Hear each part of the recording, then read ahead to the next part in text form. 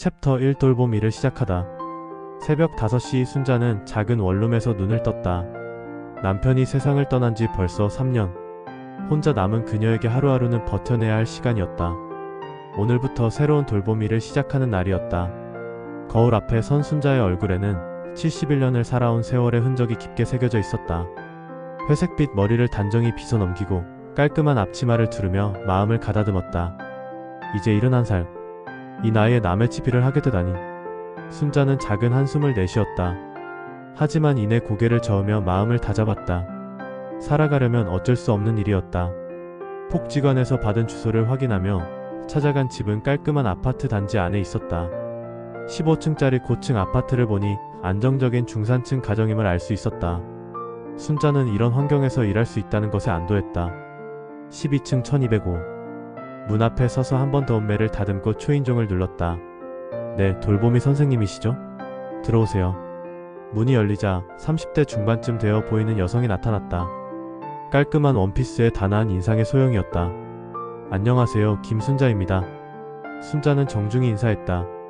반갑습니다. 저는 이소영이고요. 남편 민수는 회사에 갔고 딸 소윤이는 유치원에 있어요. 깨끗하게 정리된 거실, 따뜻한 조명, 그리고 벽에 걸린 가족 사진들. 행복해 보이는 가족의 모습이 부러우면서도 마음 한편이 아팠다. 주로 집안일과 소윤이 돌봄을 부탁드리려고 해요. 청소하고 빨래하고 소윤이 유치원 데려다주고. 소영의 설명을 들으며 순자는 고개를 끄덕였다. 이 평온한 집에 자신이 가져다 줄 수 있는 건 정성스러운 돌봄뿐이었다. 특별한 일이 생기지 않기를, 그저 평범한 하루가 되기를 바라는 마음으로 첫날을 시작했다. 챕터 2 낯익은 눈빛. 며칠이 지나자 소영은 순자의 작은 습관들을 눈치채기 시작했다. 설거지를 할 때 그릇을 놓는 순서가 자신과 똑같았다. 큰 접시부터 작은 순서로 물기가 잘 마르도록 비스듬히 세워놓는 방식까지. 빨래를 개는 방식도 특별했다. 옷의 솔기를 정확히 맞춰 반으로 접고 다시 한번 접어서 네모 반듯하게 만드는 그 손놀림. 그리고 무심코 흘러나오는 옛 노래들. 동무들아 어디 가니, 뒷동산에 놀러가니. 어릴 적 들었던 그 동요를 순자가 콧노래로 부르는 것을 들으면 소영은 이상하게 마음이 편안해졌다. 왜 이럴까? 소영은 속으로 중얼거렸다. 처음 보는 사람인데 왜 이리 편안할까? 순자가 부엌에서 일하는 모습을 보면 마음 한편이 따뜻해졌다. 특히 순자의 눈빛이 묘했다. 소영을 바라볼 때면 그 속에 무언가 깊은 감정이 숨어있는 것 같았다. 애틋함과 그리움, 그리고 때로는 미안함이 느껴지기도 했다. 어느 날 오후 소윤이가 유치원에서 돌아왔다. 5살 딸아이는 순자를 보더니 금세 마음을 열었다. 할머니 같이 놀아요. 소윤이의 제잘거림에 순자의 얼굴에 환한 미소가 번졌다. 아이와 함께 있을 때 순자는 정말 행복해 보였다. 그런데 그때였다. 순자가 소윤이를 재우며 부르기 시작한 자장가. 자장자장 우리 아가 곱게 자거라. 그 낡고 오래된 멜로디가 저녁 무렵 거실에 잔잔히 울려 퍼졌다. 그 순간 소영의 가슴이 철렁 내려앉았다. 이 노래를? 소영은 입술을 떨었다. 이 자장가는 어릴 적 자신이 늘 흥얼거리던 노래였다. 어디서 배웠는지도 모르는 채로 마치 누군가 불러주었던 것처럼 자연스럽게 알고 있던 그 멜로디. 순자는 소윤이의 작은 손을 쓰다듬으며 계속 노래했다. 그 모습이 너무나 자연스러웠다. 할머니. 소윤이가 졸린 목소리로 중얼거렸다. 이 노래 좋아요. 엄마도 가끔 불러줘요. 순자의 손이 잠깐 멈췄다. 소영과 눈이 마주친 순간 두 사람 모두 말할 수 없는 복잡한 감정에 휩싸였다. 챕터 3 지워지지 않는 흔적. 소영은 밤잠을 설쳤다. 자장가 때문일까? 아니면 순자의 그 따뜻한 눈빛 때문일까? 계속해서 마음 한편에 의문이 자리 잡았다. 침대에 누워 천장을 바라보며 어릴 적 기억을 되짚어보려 했지만 뚜렷하게 떠오르는 건 없었다. 사실 소영은 자신이 입양아라는 사실을 알고 있었다. 20살 때 우연히 알게 된 사실이었다. 양부모님은 그때까지 숨기고 싶어 했지만 소영은 이미 눈치채고 있었다. 자신과 너무도 다른 외모, 그리고 어릴 적부터 느껴온 미묘한 거리감. 양부모님은 소영을 친딸처럼 사랑해 주었다. 부족한 것 없이 키워주었고 좋은 교육도 받게 해주었다. 그래서 소영은 더욱 감사했고 친부모에 대한 궁금증을 마음 깊이 묻어두고 살았다. 혹시... 아니야, 말도 안 되는 생각이야. 소영은 고개를 저었다. 하지만 의심의 싹은 자꾸만 커져갔다. 다음날 순자가 소윤이와 놀아주는 모습을 지켜보던 소영은 깜짝 놀랐다. 소윤이가 책상 모서리에 부딪혀 넘어지면서 무릎에 작은 상처가 났는데 순자가 그것을 보더니 당황하며 어머 괜찮겠지?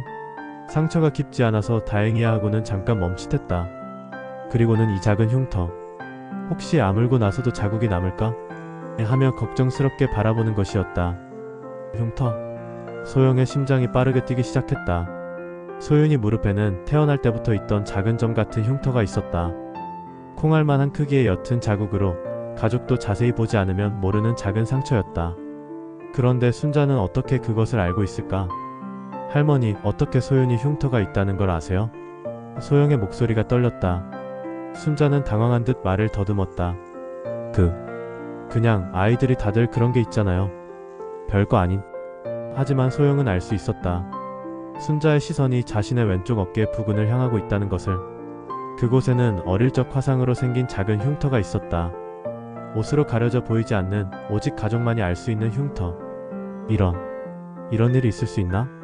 소영은 혼란스러웠다. 우연의 일치치고는 너무 많은 것들이 맞아떨어졌다. 챕터 4 피하고 싶은 진실. 며칠 동안 소영은 순자를 피했다. 일부러 늦게 일어나고 순자가 있는 공간을 피해 다녔다. 하지만 피할 수 없는 순간이 왔다. 소영씨. 순자가 조심스럽게 말을 걸었다. 제가 뭔가 잘못했나요? 요즘 저를 피하시는 것 같아서. 소영은 더 이상 참을 수 없었다. 가슴속에 쌓인 의문과 분노가 한꺼번에 터져나왔다. 왜 그때 나를 버렸나요? 소영의 목소리는 떨렸다. 30년 전 생후 6개월 된 아기를 왜 버리고 가셨나요? 순자는 얼굴이 하얗게 변했다. 손에 들고 있던 걸레가 떨어졌다. 무슨 말씀을? 모르는 척하지 마세요. 소영의 목소리가 높아졌다. 자장가도 제 흉터도 모든 게 우연이라고 하실 건가요? 제가 바보인 줄 아세요? 순자의 눈에 눈물이 고였다. 30년간 숨겨온 비밀이 들켜버린 것이다. 소영아. 그녀의 입에서 이름이 새어나왔다. 역시 맞네요. 소영은 쓸쓸히 웃었다. 그럼 왜요? 왜 저를 버리고 이제 와서 나타나신 거예요? 돌봄이라는 이름으로요? 순자는 고개를 들지 못했다. 미안해. 미안하다고요? 소영의 분노가 폭발했다. 30년을 부모 없이 자란 아이에게 미안하다고 한마디면 끝인가요? 제가 얼마나 외로웠는지, 얼마나 궁금했는지 아세요? 순자는 눈물을 흘리며 뒤로 물러섰다. 나는 나가세요. 소영이 문을 가리켰다. 다시는 이 집에 오지 마세요. 제 딸 앞에도 나타나지 마세요. 순자는 비틀거리며 가방을 챙겼다. 문 앞에서 한번 뒤돌아보았지만 소영은 등을 돌리고 있었다. 그렇게 순자는 집을 나갔고 둘 사이에는 깊은 침묵이 흘렀다. 챕터 5 편지 속의 고백. 사흘이 지났다. 소영은 일상으로 돌아가려 노력했지만 마음이 편하지 않았다. 회사에서도 집중이 되지 않았고 집에서도 계속 순자 생각이 났다. 화가 났던 마음이 점차 공허함으로 바뀌어갔다. 소윤이는 계속 순자를 찾았다. 엄마, 할머니는 어디 갔어요? 언제 와요? 할머니가 불러주던 자장가가 듣고 싶어요. 아이의 순수한 질문에 소영은 답할 수 없었다. 어떻게 설명해야 할지 몰랐다. 남편 민수도 상황을 눈치챘다. 여보, 돌보미 할머니는 어떻게 된 거야? 소윤이가 계속 찾네. 소영은 그저 다른 분으로 바꾸기로 했어라고만 답했다. 더 자세한 설명을 할 수는 없었다. 그날 아침 문 앞에서 흰 봉투 하나를 발견했다. 정성스럽게 쓰인 소영이에게라는 글씨가 눈에 들어왔다. 순자의 편지였다. 소영은 한참을 그 편지를 들고 서 있었다. 읽어야 할까 말아야 할까? 결국 거실 소파에 앉아 떨리는 손으로 편지를 펼쳤다. 정성스럽게 쓰인 글씨 하나하나에서 순자의 마음이 느껴졌다. 내 소중한 딸 소영아, 엄마라고 부를 자격도 없는 이 못난 사람이 용기를 내어 펜을 든다. 30년 전 그날의 이야기를 하려니 목이 메인다. 하지만 이제는 말해야 할 것 같아. 너를 낳았을 때 엄마는 23이었다. 너의 아버지는 사업 실패로 큰 빚을 지고 어디론가 사라져버렸고 엄마는 갓난아기인 너와 함께 혼자 남겨졌다. 그때는 정말 아무것도 없었어. 먹을 것도 입을 것도 잠잘 곳도. 하루는 쌀 한 톨 없이 3일을 굶었어. 너는 계속 울었고 분유도 기저귀도 살 돈이 없었단다. 길거리에서 하루하루를 버텨야 했고 너는 자꾸만 아팠어. 병원비도 없어서 속이 타들어갔다. 매일 밤 너를 안고 울었어. 가장 힘들었던 건 너를 제대로 돌볼 수 없다는 죄책감이었어. 생후 6개월 된 아기가 엄마 때문에 굶주리고 있다는 게 견딜 수 없었단다. 그러던 어느 날 복지관에서 좋은 가정에 입양을 보내주겠다고 했어. 처음에는 절대 안 된다고 했지. 어떻게 내 새끼를 남에게 주겠니? 하지만 너는 점점 약해졌고 엄마는 너를 제대로 키울 자신이 없었어. 마지막 밤 너를 안고 그 자장가를 불러줬어. 자장자장 우리 아가 곱게 자거라. 너는 엄마 품에서 편안히 잠들었고 엄마는 그 모습을 평생 잊을 수 없었단다. 그 자장가는 너의 할머니, 그러니까 엄마의 어머니가 어릴 때 불러주시던 노래였어. 30년 동안 하루도 너를 잊은 적이 없어. 잘 먹고 있을까? 아프지는 않을까? 엄마를 원망하지는 않을까? 매일 그런 생각을 하며 살았다. 가끔 길에서 너와 비슷한 나이의 아이들을 보면 가슴이 아팠어. 우연히 돌보미 일을 하게 되어 너희 집 주소를 받았을 때 혹시나 하는 마음이 있었어. 하지만 너를 처음 봤을 때는 정말 놀랐단다. 내가 어떻게 내 딸을 못 알아보겠니? 하지만 너에게는 이미 사랑하는 가족이 있었고 엄마는 그저 남이었지. 미안하다, 소영아. 엄마가 될 자격이 없는 사람이라서 미안해. 이제는 정말 사라질게. 너희 가족에게 상처 주고 싶지 않으니까. 다만 한 가지만 기억해줘. 엄마는 너를 사랑했고 지금도 사랑하고 앞으로도 사랑할 거라는 것을. 너를 입양 보내는 그 순간도 너를 사랑했기 때문이었어. 건강하게 잘 살아줘서 고마워. 너를 영원히 사랑하는 엄마 순자 마이너스. 편지를 다 읽은 소영은 바닥에 주저앉아 눈물을 흘렸다.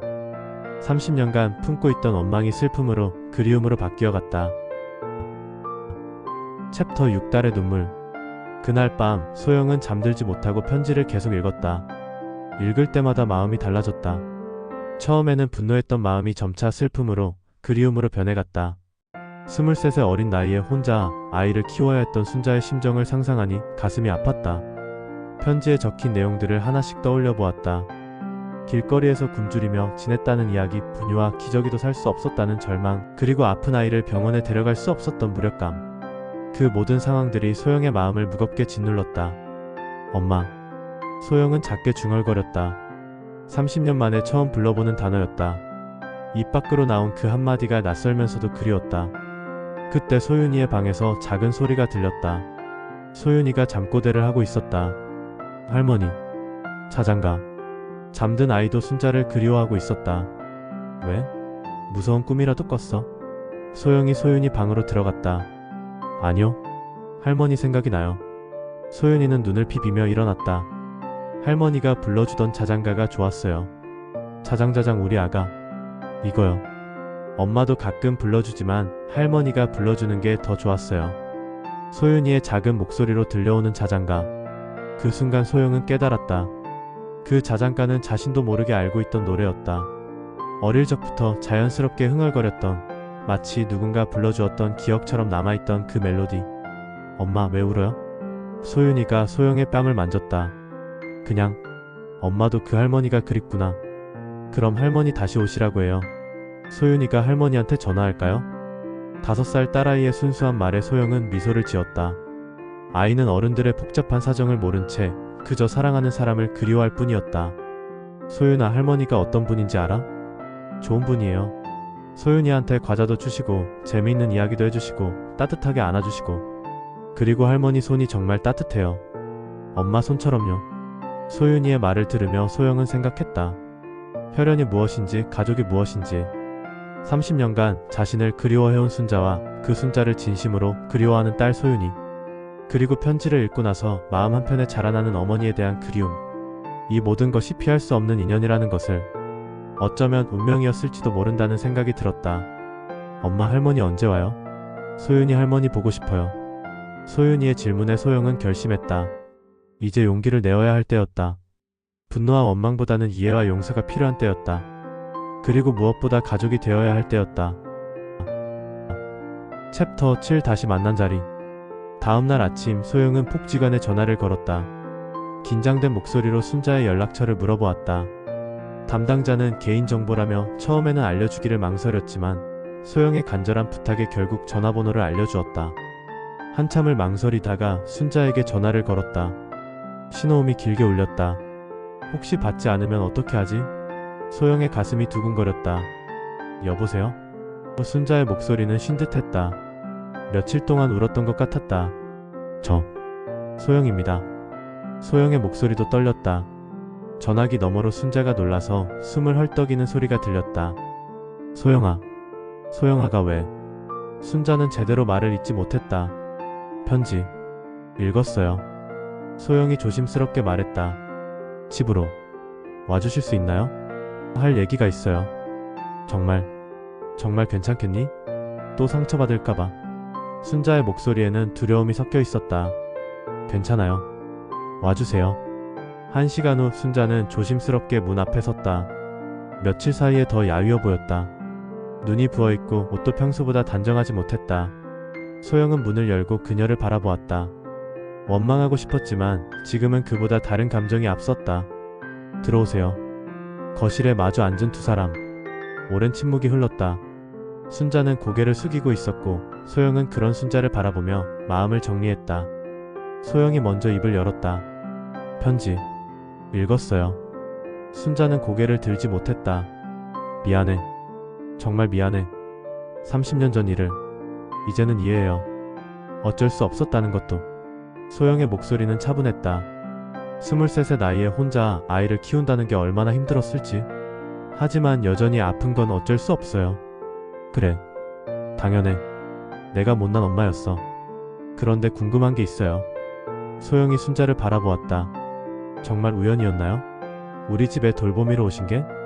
순자는 고개를 들었다. 눈물로 젖은 얼굴이 드러났다. 처음에는 우연이었어. 폭지관에서 주소를 주었을 때는 몰랐거든. 하지만 너를 보는 순간 알아봤지. 내가 어떻게 내 딸을 못 알아보겠니? 30년이 지나도 여전히 내 아기였어. 그럼 왜 말씀하지 않으셨어요? 말할 수 있겠니? 버린 엄마라고? 순자의 목소리가 떨렸다. 너에게는 이미 좋은 부모님이 있었고 행복한 가정이 있었는데 내가 나타나서 무엇을 할 수 있겠어? 그냥 멀리서라도 너를 볼 수 있으면 그것만으로도 행복했어. 그때 현관문이 열리는 소리가 들렸다. 소윤이가 유치원에서 돌아온 것이었다. 엄마, 저 왔어요. 소윤이는 거실로 뛰어들다가 순자를 보고 멈춰섰다. 그리고는 얼굴이 환하게 밝아졌다. 할머니. 아이는 순자를 보자마자 달려와 안겼다. 순자는 소윤이를 안으며 눈물을 흘렸다. 소윤아, 할머니가 보고 싶었니? 네, 정말 많이 보고 싶었어요. 할머니는 왜 안 오셨어요? 소윤이의 순진한 질문에 순자는 더욱 울었다. 소영은 그 모습을 보며 마음의 결정을 내렸다. 떨리는 목소리로 물었다. 엄마, 맞죠? 순자는 소윤이를 안은 채 소영을 바라보았다. 두 사람의 눈에 눈물이 가득 고였다. 응, 엄마야. 순자는 무릎을 꿇었다. 미안해, 정말 미안해. 용서해줘. 소영은 순자에게 다가가 그녀를 일으켜 세웠다. 그리고 30년 만에 처음으로 어머니를 끌어안았다. 이제 됐어요. 엄마. 30년간 떨어져 있던 모녀가 다시 만나는 순간이었다. 챕터 8 해피엔딩. 다시 이어진 가족. 6개월이 흘렀다. 순자는 이제 정식으로 가족이 되었다. 돌보미가 아닌 소윤이의 할머니이자 소영이의 어머니로서. 작은 원룸을 정리하고 소영네 집 근처 작은 아파트로 이사를 했다. 매일 아침 손녀를 보러 오고 저녁에는 함께 식사를 하는 것이 일상이 되었다. 처음에는 어색함도 있었다. 30년의 공백을 하루아침에 메울 수는 없었으니까. 하지만 시간이 지나면서 자연스럽게 가족이 되어갔다. 순자의 정성스러운 돌봄과 소영의 따뜻한 배려가 만나면서 진짜 가족의 모습을 만들어가고 있었다. 할머니, 오늘도 자장가 불러주세요. 소윤이가 순자의 무릎에 앉으며 말했다. 이제는 매일 밤의 루틴이 되었다. 자장자장 우리 아가 곱게 자거라. 순자의 부드러운 목소리가 집안에 울려 퍼졌다. 소영도 옆에서 함께 따라 부르며 미소 지었다. 어릴 적 잃어버렸던 그 따뜻한 시간들을 되찾는 기분이었다. 남편 민수도 처음에는 당황했다. 갑자기 장모님이 생긴 것도 놀라웠지만 그 복잡한 사연을 알고 나서는 순자를 친어머니처럼 모셨다. 어머니, 이것 좀 드세요. 민수가 과일을 깎아다 드리면 순자는 고맙다며 눈시울을 적셨다. 이런 대접을 받아본 지가 언제인지 기억도 나지 않았다. 순자도 변했다. 예전의 쓸쓸함은 사라지고 얼굴에는 늘 웃음이 떠나지 않았다. 손녀와 함께 보내는 시간이 너무 행복했고 딸과 조금씩 가까워지는 것도 감사했다. 가끔 소영이 엄마라고 부를 때면 가슴이 뭉클했다. 어느 일요일 오후 내 가족이 함께 근처 공원에 나들이를 갔다. 단풍이 아름다운 가을날이었다. 소윤이는 할머니 손을 잡고 뛰어다니며 즐거워했다. 가족 사진 한 장 찍을까요? 지나가던 젊은 부부가 친절하게 제안했다. 네, 부탁드릴게요. 민수가 휴대폰을 건네주었다. 벤치에 앉아 사진을 찍을 때 순자는 여전히 어색해했다. 내가 정말 가족 사진에 들어가도 되겠니? 당연하죠. 우리 할머니잖아요. 소윤이가 순자의 손을 잡으며 말했다. 엄마도 가운데로 오세요. 소영이 순자의 다른 손을 잡아 끌었다. 우리 가족이니까요. 하나, 둘, 셋. 카메라 셔터가 눌리는 순간 네 사람의 밝은 미소가 영원히 기록되었다. 순자의 얼굴에는 30년 만에 찾은 진정한 행복이 떠올라 있었다. 그날 저녁 집으로 돌아와서 완성된 사진을 액자에 넣어 거실에 걸었다. 사진 속 네 사람은 모두 행복해 보였다. 특히 순자의 얼굴에는 평온함과 만족감이 깃들어 있었다. 엄마. 부엌에서 설거지하는 순자를 소영이 불렀다. 응? 순자가 돌아보았다. 사랑해요. 순자의 손이 잠깐 멈췄다. 비누거품이 묻은 손을 앞치마에 닦으며 소영을 바라보았다. 그리고 눈물이 핑 돌았다. 나도 사랑해, 소영아. 정말 많이. 밤이 깊어가자 모든 가족이 잠자리에 들었다. 거실에 걸린 가족 사진이 따뜻한 조명 아래 빛났다. 30년간 떨어져 있던 모녀가 다시 만나 이룬 소중한 가족. 이제는 진짜 가족이 되었다. 순자는 잠들기 전 작은 기도를 올렸다. 고마워요. 내 딸을 다시 만나게 해주셔서, 손녀를 볼 수 있게 해주셔서, 그리고 이렇게 가족이 될 수 있게 해주셔서. 카메라는 천천히 사진에서 멀어지며 평온한 밤의 정적 속으로 사라져갔다. 새로운 시작, 그리고 영원히 이어질 가족의 사랑 이야기였다.